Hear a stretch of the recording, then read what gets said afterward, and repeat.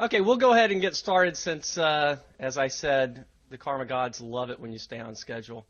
And we have a wonderful morning. This is day 3 of by far the best Plone, Zope, Python, whatever conference that any of us have ever been to. I know that we've said it 1,000 times, but we love you, One Northwest. Thank you for making this happen. This is just special.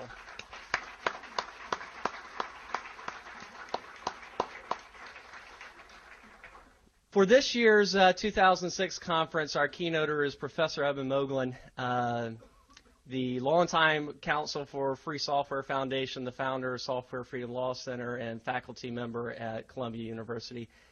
I believe you've given 125,000 speeches, and so I'm sure that 124,000 of those introductions were better than anything my feeble mind could come up with. So instead of talking about you, I'm going to talk about us.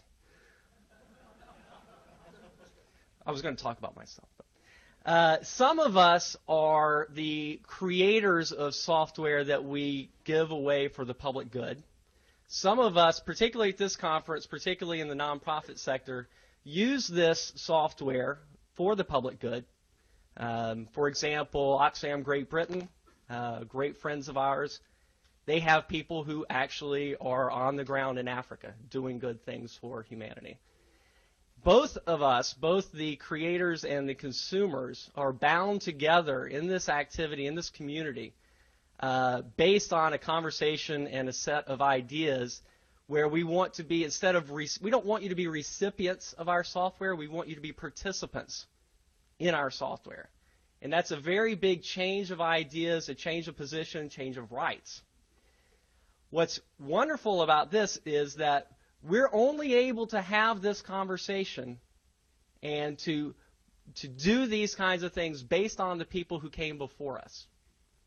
We are the beneficiaries of people that have created this set of ideas, this system to put it into action. Fortunately, we have someone today who has spent decades doing this, putting these actions, these thoughts into action, doing things, really getting real things done. So it is with great joy for us that I introduce Professor Elben Moglen.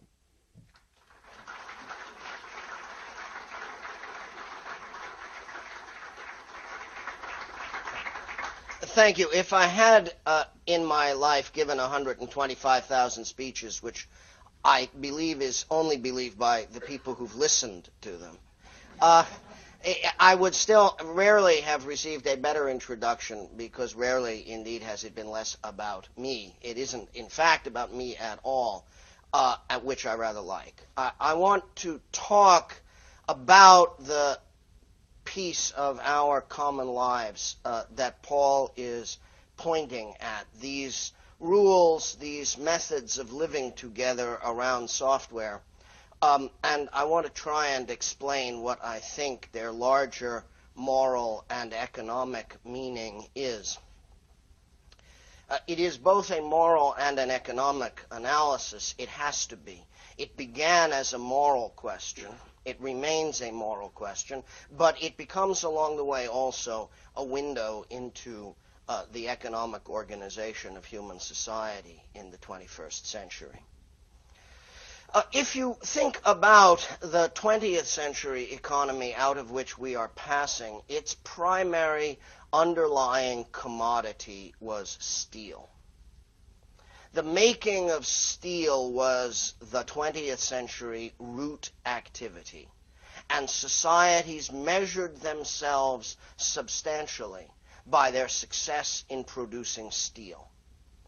It was the first sign of the reawakening of Europe as an economic entity after the devastation of the Second World War. What we now think of as the European Union, and we thought of for a while as the European Economic Commission, and before that as the Common Market, began, as you may recall, under Jean Monnet as the Coal and Iron Union, to bring back the European industrial economy. The Asian tigers began to claim for themselves rising importance in the world economy when they began producing noticeable amounts of steel. And when Mao Zedong tried to imagine an alternative form of economic development for the People's Republic of China in the Great Leap Forward, his best thought was backyard steel furnaces. So that was how the 20th century thought about collaboration in the economy. It made steel, and from steel it made the rest of what the 20th century possessed for the exploration of the environment and the control of nature for human benefit.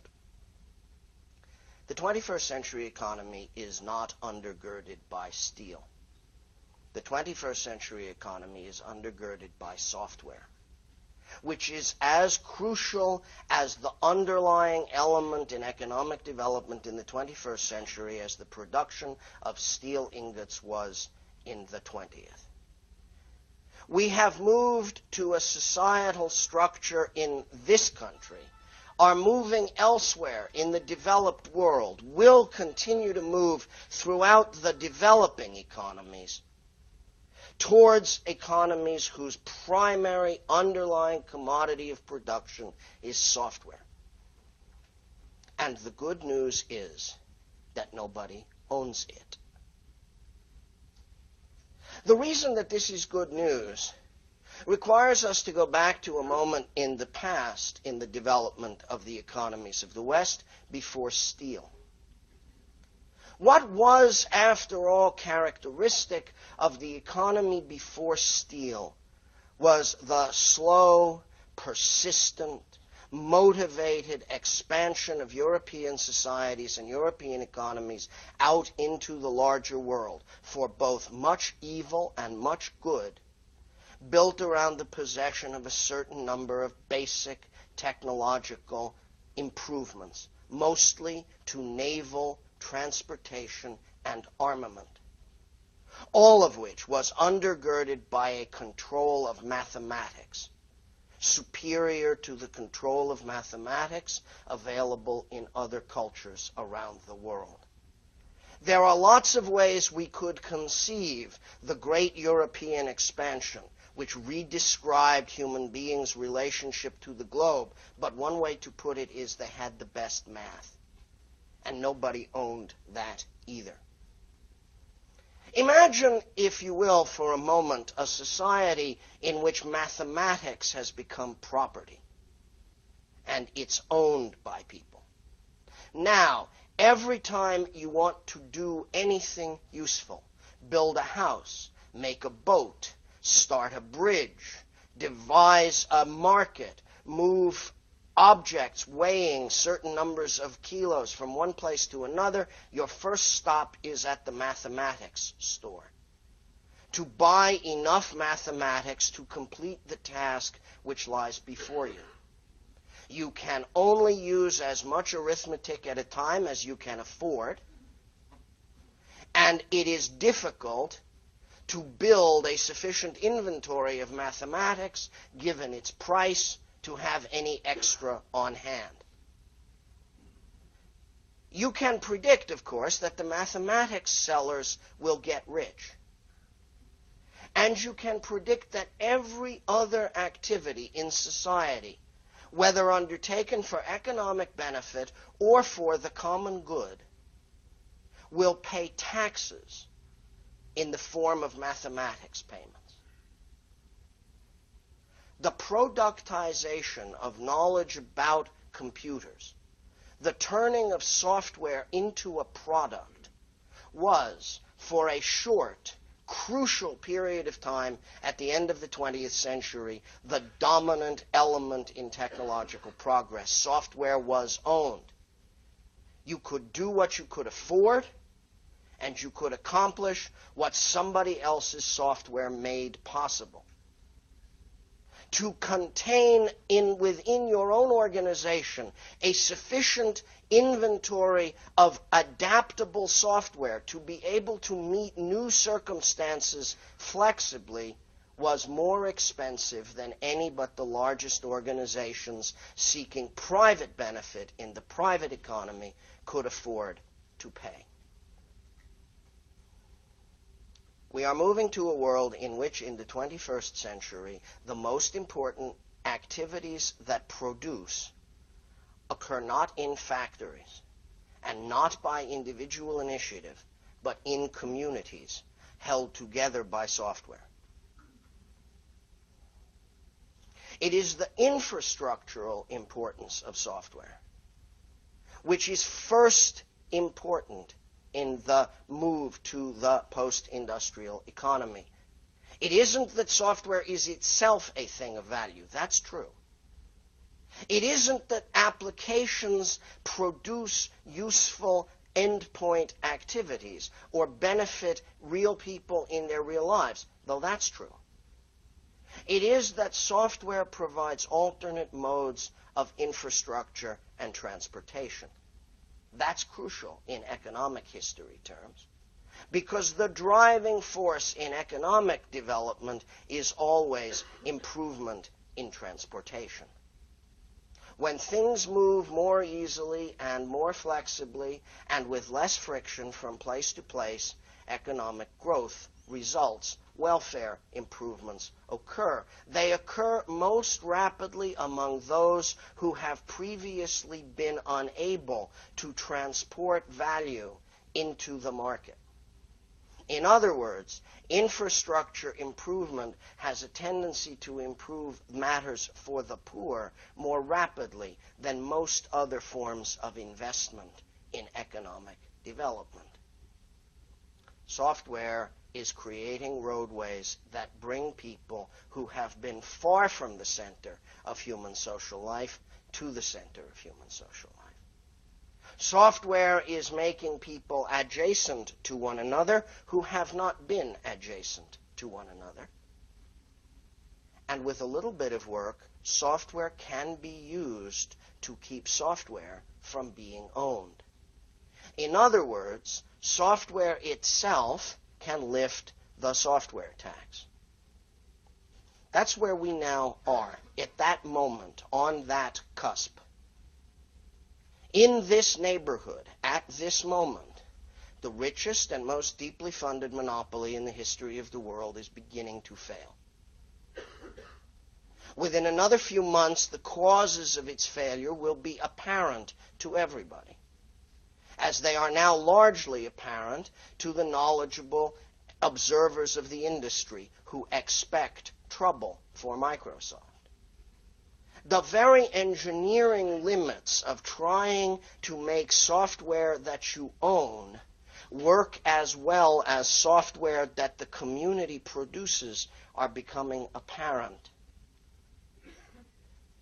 It used to be suggested that eventually software produced without ownership relations might achieve superiority beyond that of software produced by proprietary producers. It used to be argued that that might eventually happen. When those of us who had some theoretical experience in this area said, why do you think it's only going to happen eventually? It's happened already. People had a tendency to point at the monopoly products and show the ways in which they are still, one way or another, better. You see, you can't do it. The browser, as we are all aware, is a pretty crummy piece of software. It's commodity activity nowadays, browsers. And Microsoft has written some browsers. And they have been working on the browser they just released for years. And now they have announced what their best browser at present levels of engineering investment can be. And on the day of its release, it is less good than the unowned competitor. Produced by who? What? Where? When? On the day of its release. What is being seen this week, next week, the week after about Internet Explorer version 7 will soon be seen about operating system kernels, file systems, desktop and window management, and all the other commoditized parts of a client-side operating system at which we are now operating to produce superior software at infinitely lower price. We are still, only partially of course, but we are still a capitalist society. And when someone entrenched, no matter how deeply, is producing overtly inferior goods at 3 orders of magnitude higher price or infinitely higher price, the event or the outcome of the event is obvious. Ownership of software as a way of producing software for general consumption is going out for economic reasons. But as I said, the economic insight that we can get from watching the transition from steel to software is far less important than the moral analysis of the situation. The moral analysis of the situation presents where we are now as, if I may borrow a phrase, a singularity in human affairs. One of the grave problems of human inequality for everyone who has attempted to ameliorate the problem of human inequality, which is most thinkers about the morality of social life, the gravest problem of human inequality is the extraordinary difficulty in prizing wealth away from the rich to give it to the poor, without employing levels of coercion or violence which are themselves utterly corrosive of social progress.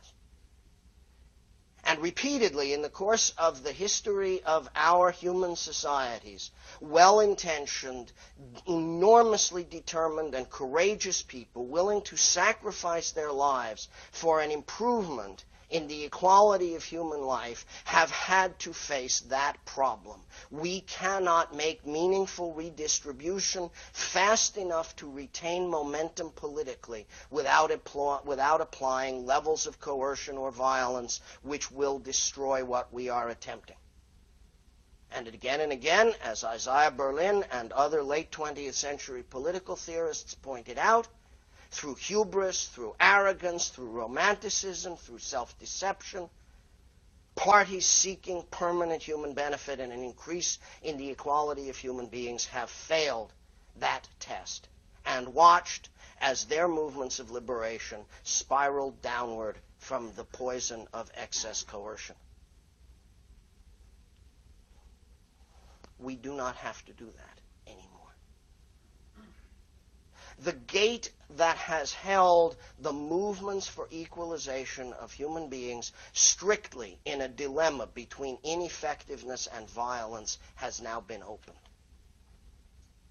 The reason is that we have shifted to a zero marginal cost world. As steel is replaced by software, more and more of the value in society becomes non-rivalrous. It can be held by many without costing anybody more than if it is held by a few. In the English-speaking world, and it was primarily in the English-speaking world, in Scotland, in North America, at the outer edges of the British Empire, we moved towards a system of universal public education in the course of the 18th and 19th centuries. Protestant North Europe moved over a lengthier period of time in a similar direction, but universal public education still had to be conducted on the basis of knowledge that could not be indefinitely duplicated. Books are the first mass-produced article in Western society. They are the cheapest method of making large amounts of information available by broad public access, available in analog technology, and they are still grossly expensive, difficult to move, cumbersome to keep and catalog and maintain, and very difficult for people to have access to who are not already located in socially central places. They are also vulnerable, as anybody who remembers the burning of the Sarajevo Library will recall vividly.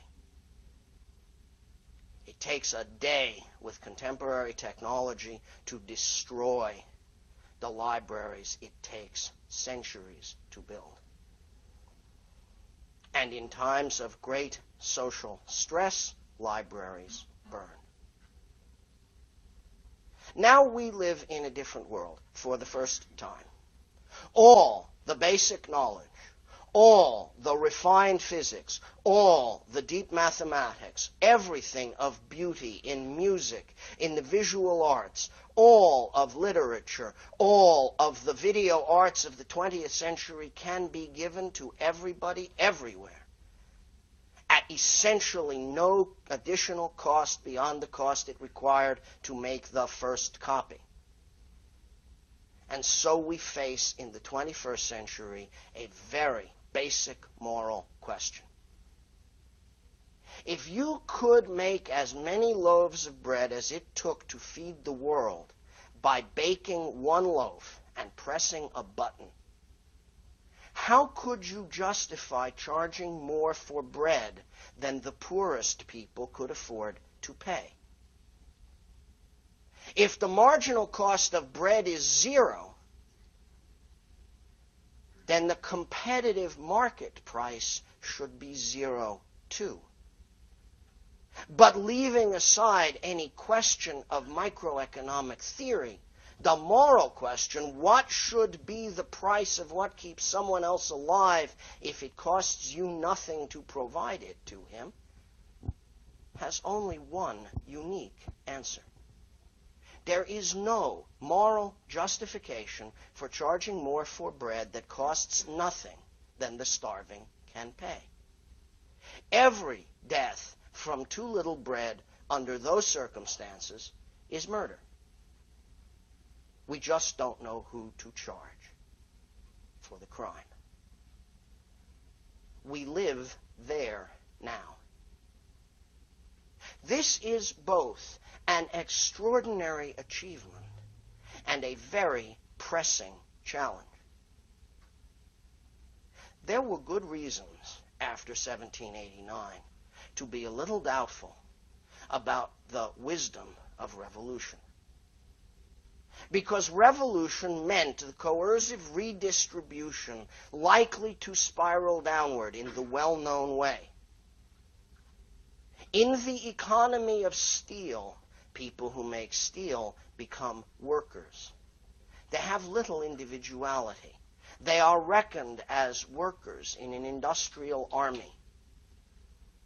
And as Marx and others like him pointed out in the middle of the 19th century, that is largely likely to lead to the model internally of political progress through a clash of armies.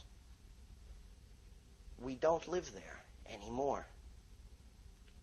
We find ourselves now in a very different place. You live there, I live there, my other clients live there. It's a place in which the primary infrastructure is produced by sharing. The primary technology of production is unowned. The effectiveness of that mode of production in the broader society is now established. Plus or minus the couple more years left before Microsoft fails entirely, we have now proven either the adequacy or the final superiority in crass economic terms of the way we make things. We have brought forward now the possibility of distributing everything that every public education system uses freely, everywhere, to everyone. True, universal public education for the first time. We have shown how our software, plus commodity hardware, plus the electromagnetic spectrum that nobody owns, can build a robust, deep, mesh-structured communications network which can be built out in poor parts of the world far more rapidly than the 20th century infrastructures of broadcast technology and telephones. We have begun proving the fabric of a 21st century society which is egalitarian in its nature and which is structured to produce for the common benefit more effectively than it can produce for private, exclusive, proprietary benefit. We are solving epochal problems. We are introducing new possibilities based upon new technological arrangements to deal with the fundamental political difficulties that we have coped with and our predecessors in seeking equality and justice have coped with for generations. We are very lucky. We live at a time when technological progress and the pressure for human justice are coming together in a way which can produce fundamental satisfactions that have eluded us for centuries. But in that luck, there comes responsibility. We need to get it done. There are other people with other views. We are not everybody.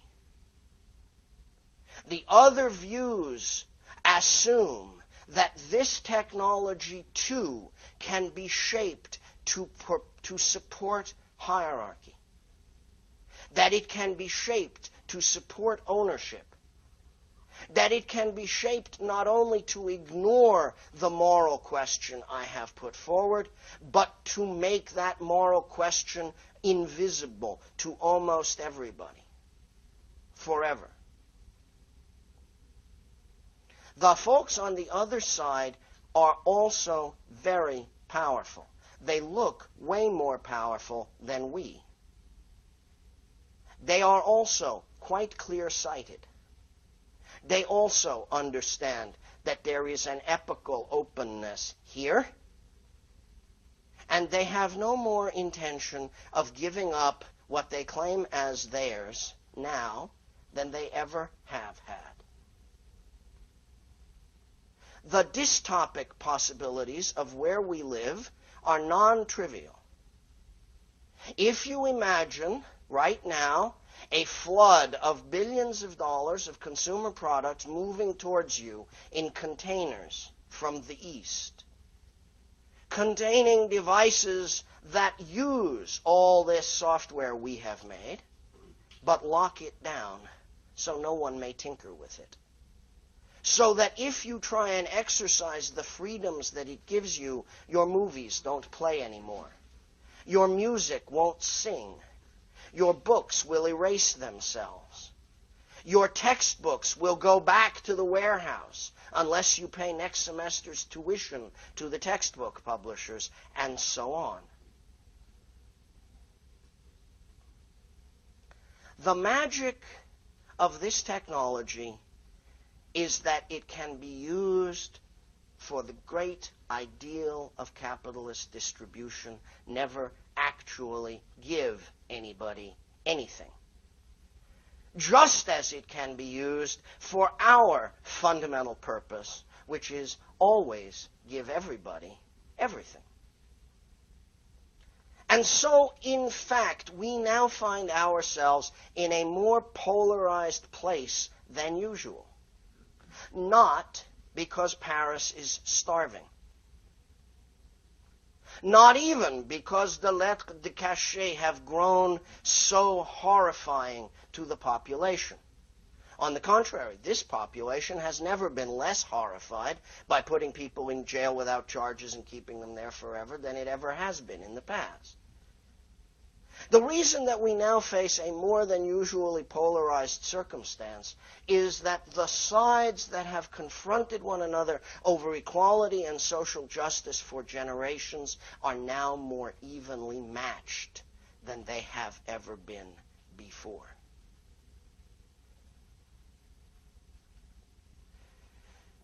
You and I and the people who came before us have been rolling a very large rock uphill a very long time. We wanted freedom of knowledge in a world which didn't give it, which burned people for their religious or scientific beliefs. We wanted democracy, by which we meant originally the rule of the many by the many, and the subjection of today's rulers to the force of law. And we wanted a world in which distinctions among persons were based not on the color of skin, or even the content of character, but just the choices that people make in their own lives. We wanted the poor to have enough and the rich to cease to suffer from the diseases of too much. We wanted a world in which everybody had a roof and everybody had enough to eat and all the children went to school. And we were told always that it was impossible. And our efforts to make it happen turned violent on their side or on ours many more times than we can care to think for. Now we're in a different spot.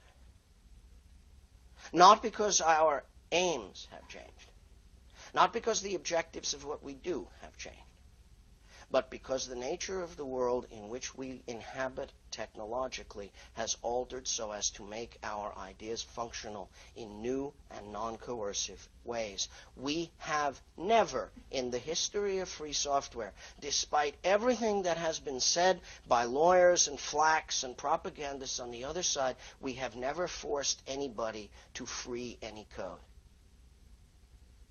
I have enforced the GPL since 1993. Over most of that time, I was the only lawyer in the world enforcing the GPL. I did not sue because the courts were not the place for the ragtag revolution in its early stage to win pitched battles against the other side. On the contrary, in the world we lived in only 10 or 15 years ago, to have been forceful in the presentation of our legal claims would have meant failure even if we won, because we would have been torn to pieces by the contending powers of the rich. On the contrary, we played very shrewdly, in my judgment now, as I look back on the decisions that my clients made. I never made them. We played very shrewdly. When I went to work for Richard Stallman in 1993, he said to me at the first instruction over enforcing the GPL, I have a rule. You must never let a request for damages interfere with a settlement for compliance. I thought about that for a moment, and I decided that that instruction meant that I could begin every telephone conversation with a violator of the GPL with magic words. We don't want money. When I spoke those words, life got simpler. The next thing I said was, we don't want publicity. The third thing I said was, we want compliance. We won't settle for anything less than compliance, and that's all we want. Now I will show you how to make that ice in the wintertime. And so they gave me compliance, which had been defined mutually as ice in the wintertime. But as all of those of us who are about to live with less ice in the wintertime than we used to have will soon know, ice in the wintertime can be good if you collect enough of it. And we did. We collected enough of it that people out there who had money to burn said, wait a minute, this software is good. We won't have to burn money over it. And not only is this software good as software, these rules are good because they're not about ambulance chasing. They're not about a quick score. They're not about holding up deep pockets. They're about real cooperation between people who have a lot and people who have an idea. Why don't we go in for that? And within a very short period of time, they had gone in for that. And that's where we live now. In a world in which the resources of the wealthy came to us not because we coerced them, not because we demanded, not because we taxed, but because we shared. Even with them, sharing worked better than suing or coercing. We were not afraid. We didn't put up barbed wire, and so when they came to scoff, they remained to pray. And now, the force of what we are is too strong for a really committed, really adversary, really cornered, really big monopoly to do anything about at all. That's pretty good work in a short period of time that you all did. You changed the balance of power in a tiny way. But when you look at it against the long background of the history of who we are and what we want, it was an immense strategic victory and not a small tactical engagement. Now, as usual, when you win a small tactical engagement that turns out to be a large strategic victory, you have to consolidate the gains, or the other side will take them back. So we are now moving into a period in which what we have to do is to consolidate the gains. We have to strengthen our own understanding about what our community can do.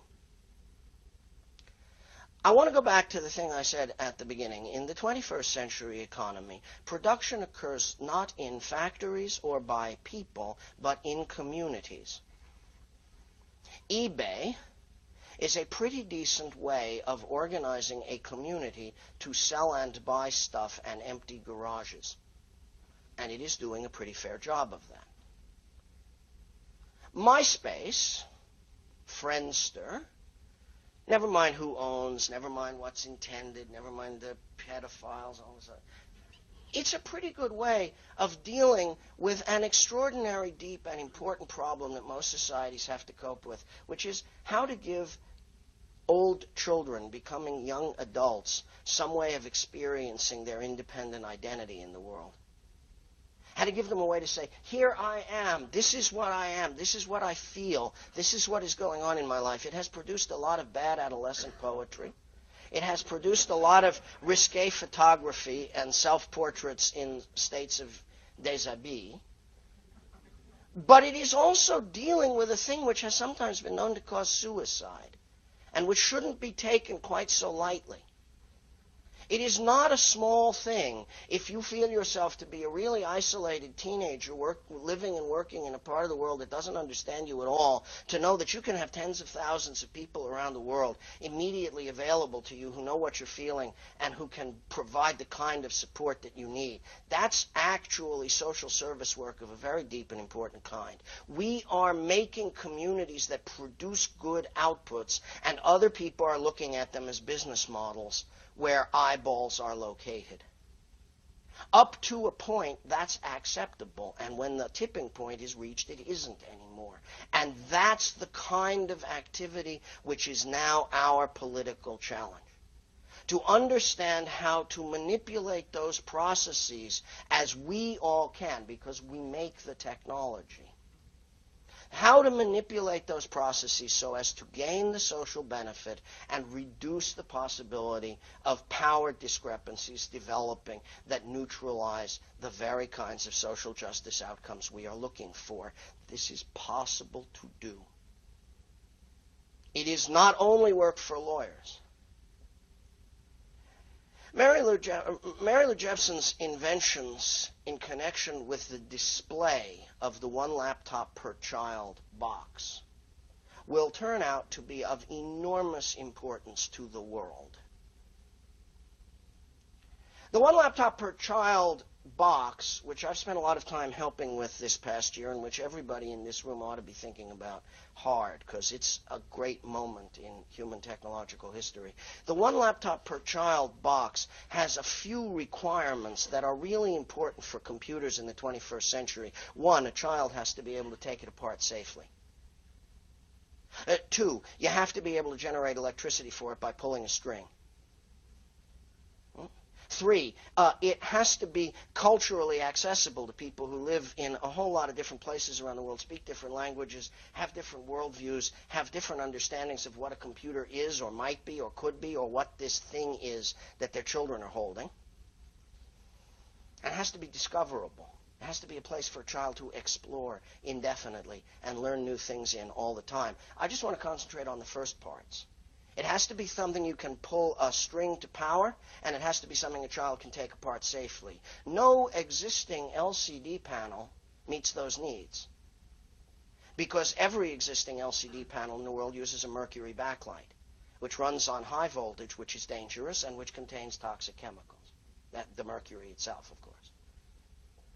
So how about a display which gives you transmissive color, beautiful color, indoors, and high contrast black and white in full sunlight, so that it can be used in every natural environment, and which consumes per unit area 1/10 of the electricity used by standard current LCD panel displays?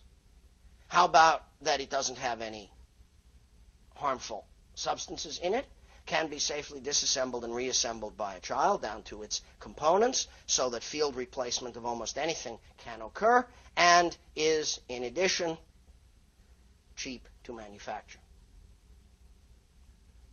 So we're going to give an enormous gift to all the cell phone and gadget manufacturers of the world out of OLPC, which is why Quanta, the largest manufacturer of laptops in the world, and the display manufacturers throughout the Pacific Rim are screaming to be first or second sources of the OLPC display, because the patents in there are worth sharing. In other words, the free world now produces technology whose ability to reorient power in the larger traditional economy is very great. We have magnets. We can move the iron filings around. We can also change the infrastructure of social life. That OLPC is every textbook on earth. That OLPC is a free MIT education. That OLPC is a hand-powered thick mesh router. When you close the lid as a kid and put it on the shelf at night, the main CPU shuts down, but the 802.11 gear stays running all night long on that last few pulls of the string, and it routes packets all night long. It keeps the mesh. The village is a mesh when the kids have green or purple or orange boxes. And all you need is a downspout somewhere, and the village is on the net. And when the village is on the net, everybody in the village is a producer of something. Services, knowledge, culture, art, YouTube TV. The week that Rodney King was beaten in Los Angeles, I was on the telephone with a friend of mine who does police brutality cases in Dallas, Texas. And he said to me, "You know what the difference is between Dallas and Los Angeles?" I said, "I don't know." He said, "Fewer video cameras." That was a long time ago. There's no place on earth with too few video cameras anymore. Right? The gadget makers took care of that.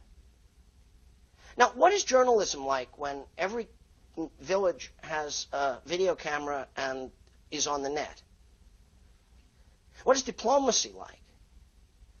What does it mean if the next time somebody starts some nasty little genocide in some little corner of the earth, the United States government would prefer to ignore that there's video all over the place, all the time, in every living room? What does it mean when children around the world are networking with one another over the issues that concern them directly, without intermediation, everybody to everybody, saying, "Do you have what we need? How come you have what we need? How come we can't do what you can do? Because your father's rich? Because we're dark? Because we live down here?" Globalization has been treated up till now as a force which primarily puts ownership in the saddle. Maybe. Maybe. But the one laptop per child seems to me to consolidate some of our strategic gains, which is why I'm in favor of pressing hard for it and things like it. Now let me come back to the stuff we have in common in this room.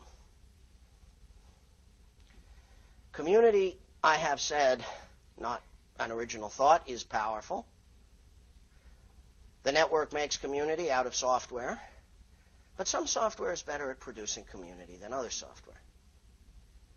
GCC is a really useful thing, right? But it doesn't produce community. In fact, if anything, GCC has been known to produce the opposite of community.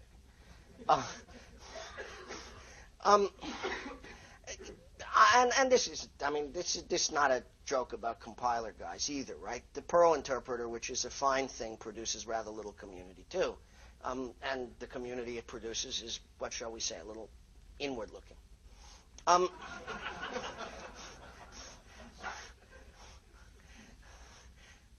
There are other kinds of software which produce community in a very different way, and you know what that's like because you work on one of those corners, right? The problem that I have with things called content management systems is that they're systems for managing content, which is not very important. Community building software, however, is very important. I'm trying to do a little thing this year called Making GPL3, which is actually more about having a lot of discussions with a lot of very different people around the world about what they think free software licensing ought to be like and why they don't like Stallman. The latter is not the subject I go out to talk about. It's just what they talk about, no matter what I do about it. It's an attempt to create a kind of broad global community of people who care about a thing that they all take very seriously. And they do take it very seriously. You understand, right? When guys fly from Germany to India to participate in their second international conference on GPL3, you know they really care. So I've been talking to a lot of different people in a lot of different forms. Some of them like IRC, some of them produce formal documents, some of them are telephone types. That's all held together by Plone. That's many different overlapping communities held together by software for making communities. It's related to voice over IP through Asterisk, which changes my life as a lawyer completely. Those of you who haven't discovered what free software can do to IP telephony, you have a great discovery headed your way. And we made a little bit of software of our own for dealing with a thing that it turned out there was no existing tool for that we really liked, namely some austere, simple interface for marking up one document in a very, very, very multiplicitous way with tens of thousands of possible commentators. So that everybody participating can see what everybody else has done in some manageable way and can intervene in the process in a thoughtful fashion tied to some particular phrase or word or piece of a document that concerns them. Before we started this activity, I read lots and lots of commentary that said, as soon as FSF tries to do this, it's going to dissolve into a flame war. As soon as anybody attempts to do this, it's just going to become /dot all the time. It wasn't like that. It hasn't been like that. Even /dot hasn't been like that. That's not the way it went. But of course there was lots of stuff said that I regret. Some of it was said by very big people. Much of it was said by Forbes. But that wasn't the problem, right? The coherence of the community, a community which includes Ubuntu users in Soweto as well as IBM, includes developers in Kazakhstan as well as Hewlett-Packard, includes people who have thousands of patents as well as people who don't know what a patent is. That conversation has gone, I think, remarkably peaceably and quite constructively for a period now of about 10 months. 20 years from now, the scale of our consultation over GPL is going to seem tiny. The tools we used are going to seem primitive. The community we built to discuss the license is going to look like a thing a 6-year-old could put together without taking more than a couple of breathers around it. And yet, that's only going to be because our sophistication and global coordination of massive social movements is going to be so good. You do not see Microsoft out conducting a global negotiation over what the EULA for Vista should say. And even if they were minded to do it, they couldn't. Because they're not organized for community, they're organized for hierarchical production and selling. I have heard a lot of stuff from people who thought that Richard Stallman was a problem, but ask yourself this. If the GPL process had been run by Steve Ballmer, all right? So we are learning in very primitive ways within our community how to build large, globe-girdling organizations for a special purpose, for a short period of time, to engage people constructively in deliberation, and we are learning how to do that despite vast cultural and economic discrepancies in the assets of the participants. That's 21st century politics. Plone makes it. But it isn't what you have. It's what you do with it. So we have some remarkable opportunities, all of us. We have a very special place in the history of the campaign for social justice. We have some very special infrastructure. We have new means of economic development available to us. We have got proof of concept. We have got running code. That's all we ever need. But we need prudence. We need good judgment. We need a willingness to take risks at the right places in the right time. We need to be uncompromising about principle, even as we are very flexible about modes of communication. We need to be very good at making deals, and we need to be very clear, absolutely clear, without any ability of variance at the bottom line about what the deals are for, where we are going, what the objective is. If we know that what we are trying to accomplish is the spread of justice and social equality through the universalization of access to knowledge, if we know that what we are trying to do is to build an economy of sharing which will rival the economies of ownership at every point where they directly compete, if we know that we are doing this as an alternative to coercive redistribution, that we have a third way in our hands for dealing with long and deep and painful problems of human injustice, if we are conscious of what we have and know what we are trying to accomplish, this is the moment when, for the first time in lifetimes, we can get it done. We do not need revolutions in which the have-nots dispossess the haves right now. But we're under pressure. There are a lot of people in the world. There is not a lot extra to eat. There is not a lot of excess clean water to drink. Mines are being thrown away by hundreds of millions in a world where people are trapped in subsistence crisis that is now avoidable, and their ability to think and create and be is stunted forever. The climate is changing beneath our feet. The air is changing above our heads. And as the fossil fuel system decays, the inequalities and power discrepancies and authoritarianisms that grew up around the oil business in the 20th century are going to do us real harm. So we have great opportunities, we have great challenges. The upside is the highest it has been in generations, and the downside is not too pleasant. That means there's a great deal of work to be done. Oddly enough, it's not painful. It consists of doing neat stuff and sharing it.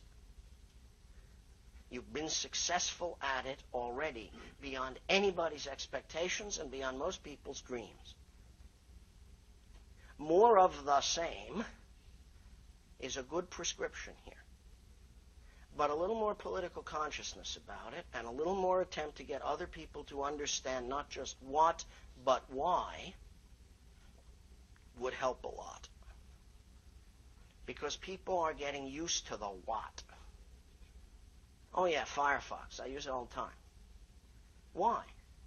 Why? Because the internet. No. Not why do you use it? Why does it exist? Oh, I don't know. Some people did it. Okay. That's the moment, all right? That's the moment. That's the one where that annoying Stallman voice should enter the mind, okay? Free as in freedom. Free as in freedom. Tell people it's free as in freedom. Tell them that if you don't tell them anything else, because they need to know. We've spent a long time hunting for freedom. Many of us lost our lives trying to get it more than once. We have sacrificed a great deal for generations, and the people who have sacrificed most, we honor most when we can remember them. And some of them have been entirely forgotten. Some of us are likely to be forgotten too. And the sacrifices that we make aren't all going to go with monuments and honors, but they're all going to contribute to the end. The end is a good end if we do it right. We have been looking for freedom for a very long time. The difference is, this time, we win. Thank you very much.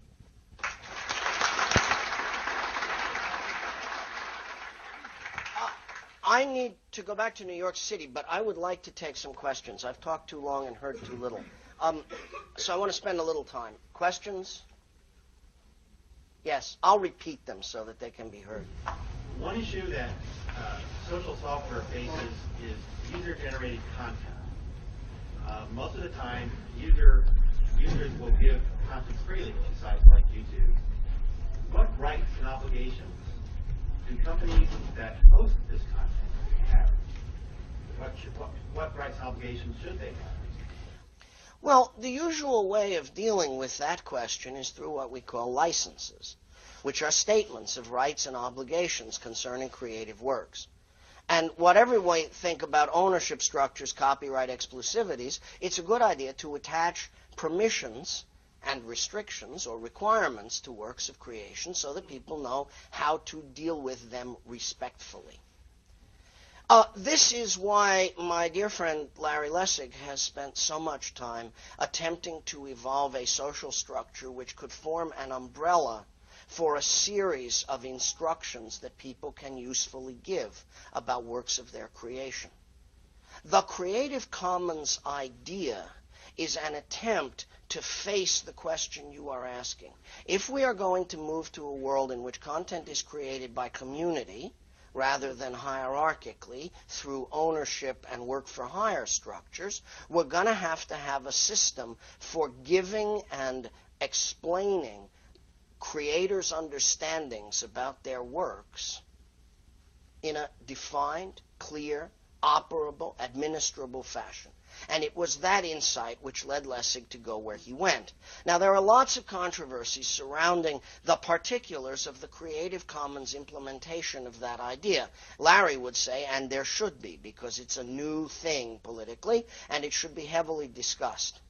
In the long run, though, that's where we are going, towards an evolution of a series of free licenses that allow people to share all the things that they create with the same degree of effectiveness that some licenses have allowed software to be shared.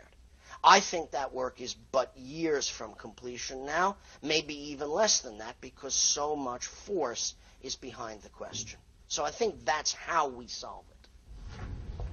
Many hosted services use open source software and enhance it. And sometimes, I can imagine, never release it back to the open source community. How will can the GPL address something like that in the future? It could conceivably be the case that those who enhance shared software and never distribute their enhanced versions but merely provide services over it, maybe those people are playing fair. Maybe that's okay. Maybe it isn't, right? So the first question is, have we reached consensus on the underlying policy goal? I think the answer is no. I have believed for about 5 years, since this particular point began to become obviously important, I have believed that there might be an evolution towards a consensus. I still see none. There is I would say, predominant view, even in the developer community, let alone in the user community, that's a perfectly okay thing to have happen. The reason is that developers take the right of private modification very seriously. And the Free Software Foundation does too. The right of private modification is an important right.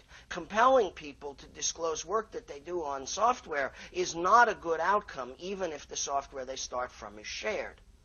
So the question becomes less, I think, are the people who provide services over privately modified software doing something wrong? The question becomes, what is the right of a user of a service enabled by software? And is that different from the right of someone who has received a copy of her own of a computer program? I think it is reasonable to draw an ethical distinction between somebody who walks up to an ATM and somebody who receives a copy of a program which could be used to run an ATM.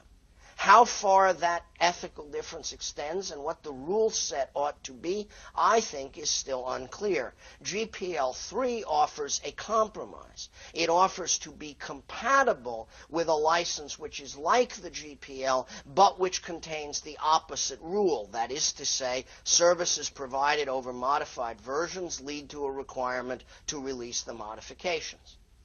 I suspect that if that proposal becomes part of the final GPL3, as it is currently slated to do, that there will be a fairly small number of developers who will write programs which are marked in the relevant way.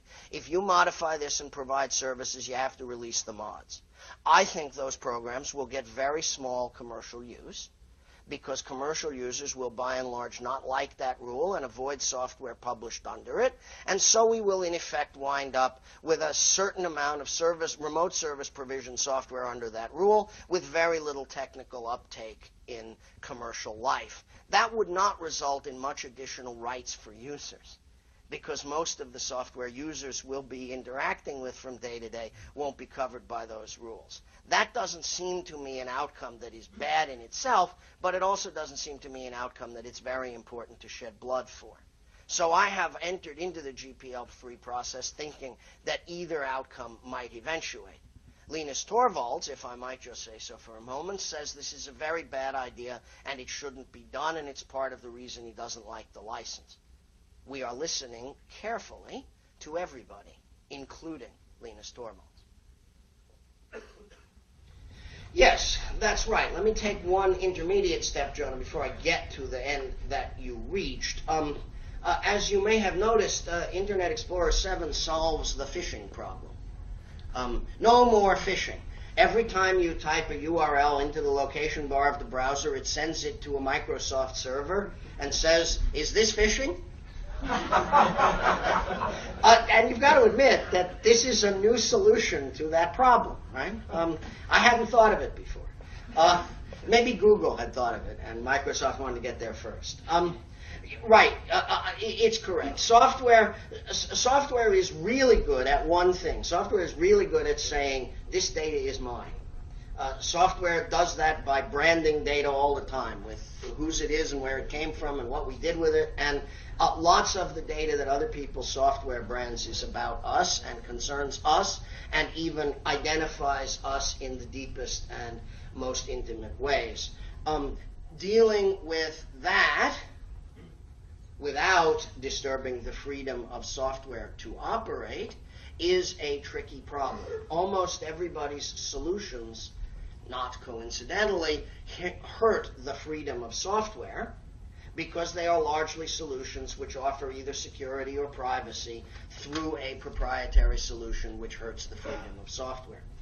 And that is the dialogue that we have at the moment.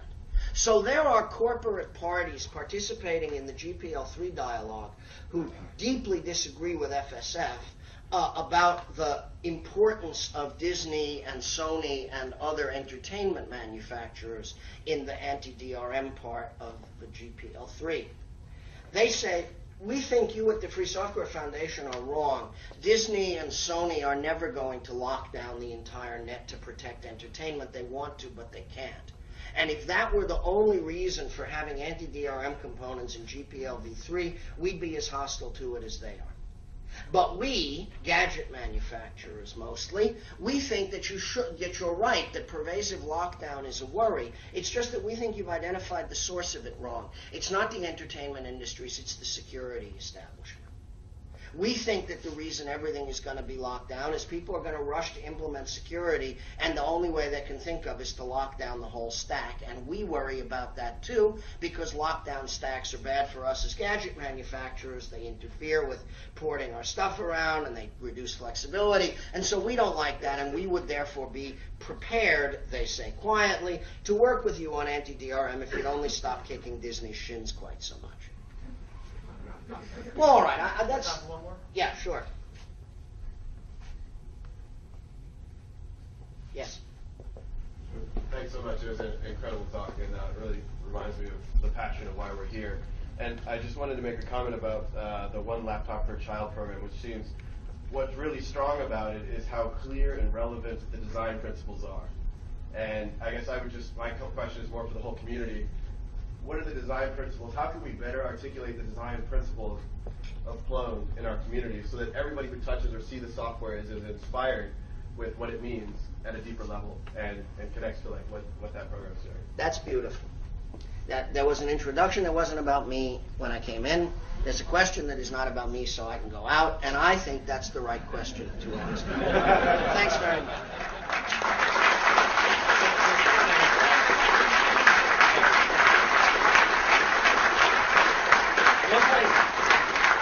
One point I need to add on this, I neglected in the introduction. During your talk, you mentioned that these rules are good, and good as in just as well as good as in effective. You've been working on these rules in the larger historical sense, but you also worked on these rules in a very local sense for us. Elben helped us bootstrap the Clone Foundation, conceive the software conservancy idea that became our grande idée that Chris was just mentioning. Not only that, but his Software Freedom Law Center with Dan Ravisher and Karen Sandler and all those wonderful people helped take that idea and put it into a legal entity. So the Clone Foundation that we have, the us that is us, is courtesy of Elben and his team. So thank you for speaking today, and thank you for helping us.